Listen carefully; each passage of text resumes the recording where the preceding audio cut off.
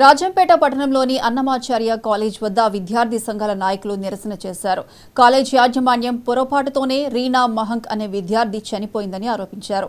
వెంటనే వారి కుటుంబానికి 50 లక్షల రూపాయల ఎక్స్గ్రేషియా ఇవ్వాలని విద్యార్థులు డిమాండ్ చేశారు. కాలేజ్ లైసెన్సులు రద్దు చేసి వెంటనే హత్యలకు పాల్పడుతున్న కాలేజీని మూసివేయాలని విద్యార్థి సంఘాలు ఆగ్రహం వ్యక్తం చేశాయి. విద్యార్థి నిలయం కాదు, హత్యల నిలయమని విద్యార్థులు నినాదాలు చేశారు.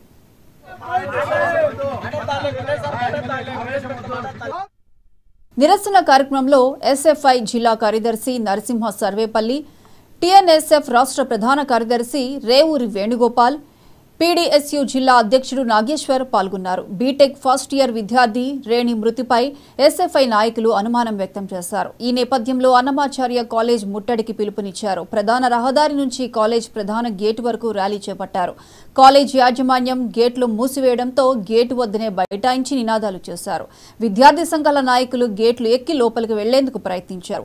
ఘటనా స్థలంలోకి వెళ్లిన పోలీసులు ఈ చర్యను అడ్డుకున్నారు. విద్యార్థిని మృతి చెందిన వెంటనే పోలీసులకు ఫిర్యాదు చేసినట్లు కాలేజ్ ప్రిన్సిపాల్ నారాయణ వెల్లడించారు. కాగా విద్యార్థి సంఘాల నాయకులు బాధిత కుటుంబానికి 50 లక్షల నష్టపరిహారం చెల్లించి న్యాయం చేయాలని డిమాండ్ చేశారు.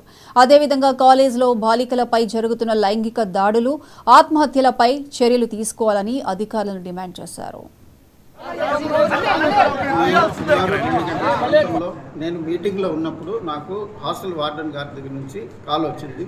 సార్ ఇక్కడ ఒక స్టూడెంట్ హ్యాంగ్ చేసుకున్నట్లుంది అనేసి అన్నారు. నేను వినంగానే ఇమీడియట్గా పరిగెత్తి చూస్తే అంటే డోర్ ఓపెన్ ఉంది, అమ్మాయి ఇట్లా హ్యాంగ్ చేసుకున్నట్లుంటే ఇమీడియట్గా తీసుకుపోండి అమ్మ, ఎందుకని హాస్పిటల్కి తీసుకుపోండి అని హాస్పిటల్కి మా అంబులెన్స్లోనే తీసుకుపోయి మేము కూడా హాస్పిటల్లో చేర్చాము. ఇమీడియట్గా చేర్చాండగానే సిఐ గారికి అంటే పోలీస్ స్టేషన్లో మేము ఇన్ఫార్మ్ చేశాము. ఆ పోయేటప్పుడే వచ్చిందను వాళ్ళ పేరెంట్స్కి ఇన్ఫార్మ్ చేశాము.